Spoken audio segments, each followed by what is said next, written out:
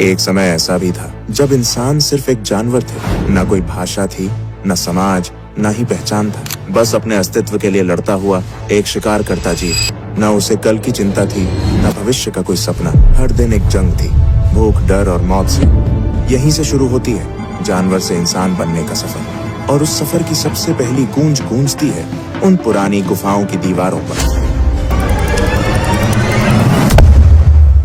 आज से अरबों साल पहले का वो समय जब धरती पर कोई इंसान, जानवर, पेड़ पौधे, यहाँ तक कि कोई भी जीवित प्राणी मौजूद नहीं था। सिर्फ एक उबलता हुआ आग का गोला जो सूरज से भी ज्यादा खतरनाक लग रहा था। न कोई हवा थी, न पानी, सिर्फ धधकती हुई गर्मी, अंधेरा और चारों तरफ तबाही। ये वही धरती है जिस पर आज हम खड़े हैं। लेकिन तब इसका वातावरण इतना विषैला और गर्म था कि जीवन का कोई सवाल ही नहीं उठता था। धीरे धीरे लाखों साल बीत गए। धरती ठंडी होने लगी, ज्वालामुखी शांत होने लगे और धरती का पहला समुद्र बना। इन समुद्र में विभिन्न रासायनिक पदार्थ एक दूसरे के संपर्क में आने लगे और एक अद्भुत प्रक्रिया की शुरुआत हुई, जीवन की प्रक्रिया। पहले पहल सूक्ष्म जीव बने जिन्हें हम प्रोकैरियोटिक कोशिकाएं कहते हैं। ये इतने छोटे थे कि उन्हें देखने के लिए माइक्रोस्कोप की भी जरूरत पड़ती। ये प्राणी ही जीवन की पहली कड़ी थे। कोई हाथ पैर नहीं, कोई दिमाग नहीं, बस एक सरल कोशिका जो जीवन के पहिए को घुमा रही थी।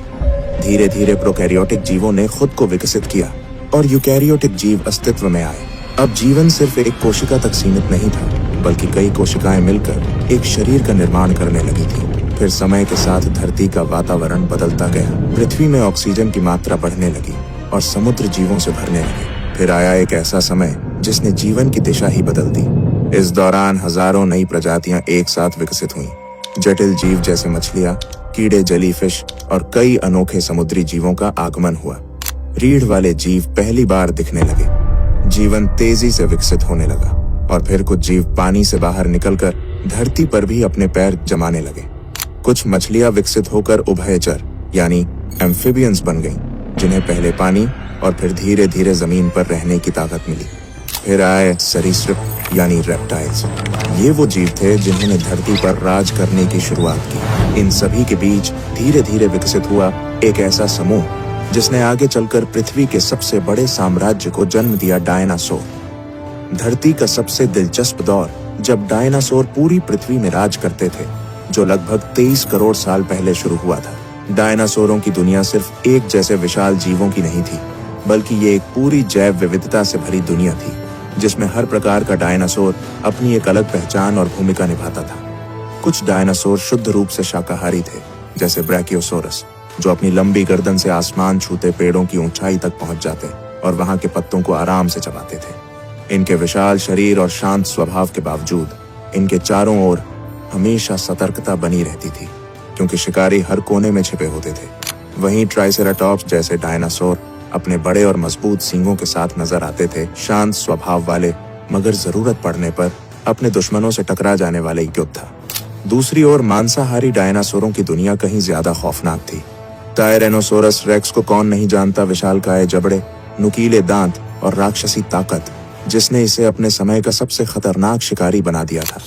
पर इससे कम खतरनाक नहीं थे वेलोसिरैप्टर्स, जो आकार में भले ही छोटे थे, मगर चालाकी, तेजी और टीम वर्क से अपने शिकार को चौंका देते थे। लेकिन डायनासोरों की कहानी सिर्फ धरती तक सीमित नहीं थी। कुछ ने आसमान में उड़ान भरी, जैसे प्टेरोडैक्टाइल्स और क्वेट्ज़लकोअट्लस, जिनके पंख इतने विशाल थे कि लगता था जैसे पूरा आकाश ही उनके कब्जे में हो।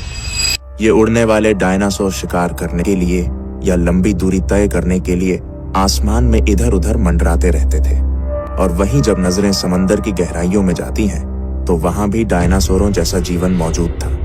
मोसासोरस जैसे समुद्री शिकारी अपनी ताकतवर पूंछ और जबड़ों से पूरे समुद्री जीव जगत पर राज करते थे, जबकि प्लीसियोसोरस अपनी लंबी गर्दन और तेज तैराकी के साथ गहराइयों में शिकार की तलाश में निकलते थे। यानी डायनासोरों का युग धरती, आकाश और समुद्र तीनों में फैला हुआ था और हर जगह वे अपनी अपनी दुनिया के बादशाह थे। डायनासोरों का साम्राज्य करीब 18 करोड़ साल तक चलता रहा, लेकिन फिर करीब 6.5 करोड़ साल पहले धरती पर एक विनाशकारी घटना घटी। एक विशाल उल्कापिंड मेक्सिको के युकाटन प्रायद्वीप से टकराया। इस टक्कर की ताकत इतनी जबरदस्त थी कि उसने आसमान में धूल और राख का अंधेरा फैला दिया। सूरज की रोशनी धरती तक पहुंचनी बंद हो गई, तापमान गिरने लगा और सबसे पहले असर पड़ा पेड़ पौधों पर। जंगल धीरे धीरे सूखने लगे। जब पेड़ पौधे नहीं बचे तो शाकाहारी जीव भूख से मरने लगे, और जब शाकाहारी खत्म हुए तो मांसाहारी भी ज्यादा दिनों तक टिक नहीं पाए। धीरे धीरे बड़े जीवों की प्रजातियां एक एक कर खत्म होने लगीं। ऐसा लगा जैसे पूरी धरती की जीवन का कड़ी टूट रही है। और यहीं पर खत्म हो गया डायनासोरों का करोड़ों साल पुराना साम्राज्य। मगर इस तबाही के बीच धरती एक नई शुरुआत की तैयारी कर रही थी। एक नई सभ्यता, नए जीव और अंततः इंसानों का युग शुरू होने वाला था। डायनासोरों के विनाश के बाद धरती पर एक नया अध्याय शुरू हुआ। करोड़ों सालों तक दबे, छिपे और भय में जीने वाले छोटे छोटे स्तनधारी जीव अब मुक्त थे। पहले ये जीव पेड़ों की झाड़ियों में, जमीन के नीचे बिलों में या चट्टानों की दरारों में छिपकर रहते थे, क्योंकि धरती पर डायनासोरों का राज था और उनका किसी भी समय शिकार हो जाना तय था। मगर अब वह डर मिट चुका था। वातावरण धीरे धीरे स्थिर हो रहा था और जीवन को फिर से फैलने का मौका मिल रहा था। इन स्तनधारियों की खासियत थी कि इनके शरीर पर फर था, जिससे ये तापमान के बदलते हालात में खुद को बचा सकते थे। ये अपने बच्चों को जन्म देकर दूध पिलाते थे, जिससे उनकी संतानों की जीवन दर अधिक थी। जैसे जैसे समय बीतता गया, इन स्तनधारियों ने अपने पर्यावरण के हिसाब से खुद को ढालना शुरू किया। कुछ ने पेड़ों पर रहना जारी रखा, जहां उन्हें फल, पत्तियां और सुरक्षा मिलती थी। वहीं कुछ जमीन पर उतर आए और उन्होंने नई चुनौतियों का सामना करना सीखा। खुला आकाश, खुले शिकारी और बदलता मौसम। डायनासोरों के बाद धरती स्तनधारी जीवों से भर गई थी, लेकिन उनमें से कुछ खास प्रजातियां धीरे धीरे एक नए मुकाम की ओर बढ़ रही थी। ये थे प्राइमेट्स, यानी वो जीव जो आज के इंसानों के सबसे नजदीकी पूर्वज माने जाते हैं। यही जीव आगे चलकर इंसानों के पूर्वज बनने वाले थे। इन प्राइमेट्स का विकास काफी रोचक था। उन्होंने पेड़ों पर चढ़ना, शाखाओं पर छलांग लगाना और तेजी से भागना सीखा। धीरे धीरे उनके अंगों में बदलाव आने लगा। उनकी उंगलियां लचीली होने लगीं ताकि वे शाखाओं को मजबूती से पकड़ सकें। उनके हाथ अब सिर्फ पकड़ने के लिए नहीं, बल्कि चीजों को घुमा फिराकर समझने और उपयोग करने के लिए बनने लगे। सबसे महत्वपूर्ण बदलावों में से एक था आंखों की स्थिति। अब उनकी आंखें सिर के सामने की ओर आ गईं, जिससे उन्हें गहराई और दूरी का बेहतर अनुमान होने लगा। यह बदलाव उन्हें पेड़ों पर छलांग लगाने और शिकारियों से बचने में बेहद मददगार साबित हुआ। समय के साथ प्राइमेट्स का दिमाग भी विकसित होने लगा। वे अब छोटे समूहों में रहने लगे, मिलजुल कर भोजन ढूंढते और एक दूसरे को खतरे से सावधान करते। सामाजिक जीवन की शुरुआत यहीं से हुई। समूहों में रहना और एक दूसरे से संकेतों के जरिए संवाद करना। सामाजिक जीवन की शुरुआत यहीं से हुई। समूहों में रहना और एक दूसरे से संकेतों के जरिए संवाद करना उनके दिमागी विकास का एक बड़ा कारण बना। धीरे धीरे शरीर में और भी बदलाव आने लगे। कुछ प्राइमेट्स ने जमीन पर ज्यादा समय बिताना शुरू किया। शाखाओं पर लटकने वाले हाथ अब जमीन पर चलने में भी इस्तेमाल होने लगे। रीढ़ की हड्डी में हल्का झुकाव आया और शरीर की बनावट ऐसी होने लगी कि वे कुछ समय के लिए दो पैरों पर खड़े हो सके। यही वो समय था जहां इंसान बनने की दिशा में पहला कदम रखा गया। दो पैरों पर खड़े होना सिर्फ एक शारीरिक बदलाव नहीं था, ये संकेत था एक नई सोच, एक नए दृष्टिकोण और धरती पर आने वाले सबसे जटिल जीव मनुष्य की शुरुआत का।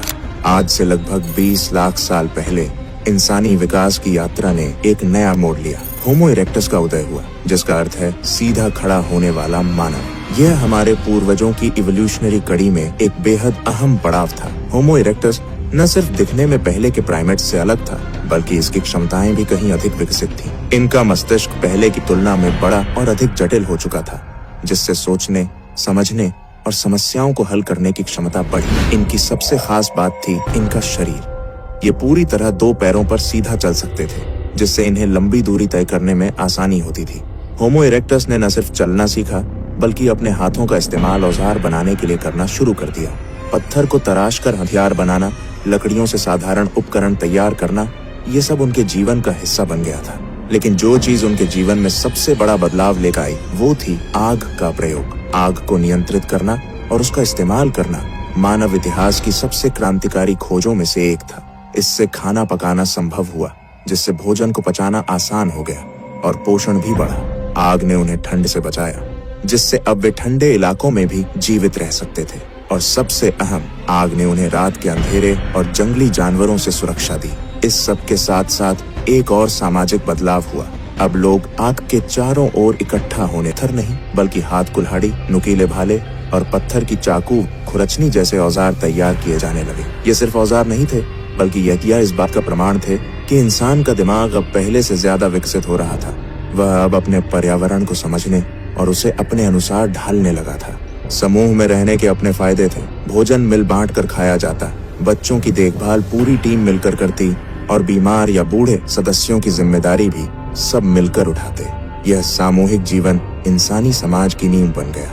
अब इंसान गुफाओं में रहने लगा था। अंदर आग जलाकर रात बिताना, ठंड से बचना और सुरक्षा महसूस करना, ये गुफाएं इंसानों के पहले घर बन चुकी थी। लेकिन गुफाएं सिर्फ ठिकाना नहीं थी, ये अब पहली कला की जन्मभूमि बनने वाली थी।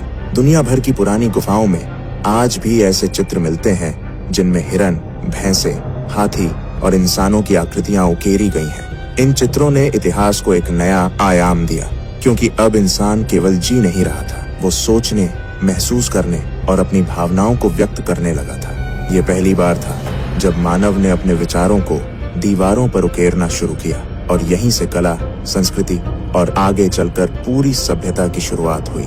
अब हम उस निर्णायक मोड़ पर आ पहुंचे हैं जहां होमो सेपियंस सिर्फ शिकार करने वाले जीव नहीं रह गए थे। अब वे धीरे धीरे इंसान बन रहे थे, एक ऐसा जीव जो सिर्फ जीने के लिए नहीं, बल्कि महसूस करने, बोलने और समझने के लिए भी जीवित था। भाषा कोई एक दिन में नहीं बनी, यह भी लाखों सालों में धीरे धीरे विकसित हुई। शुरुआत हुई इशारों से, हाथों, आंखों और चेहरे के हाव भाव से। अगर आपको ये इंसानी विकास की कहानी पसंद आई हो तो इसे दूसरों तक जरूर पहुंचाइए, क्योंकि जब तक हम अपने अतीत को नहीं जानेंगे तब तक अपने भविष्य की उड़ान को सही मायनों में नहीं समझ पाएंगे। क्योंकि जब तक हम अपनी जड़ें नहीं जानेंगे, हम अपने पंखों की कद्र नहीं कर पाएंगे। तो वीडियो को लाइक करें, चैनल को सब्सक्राइब करके हमारे साथ जुड़े और कमेंट में बताइए आपका क्या मानना है।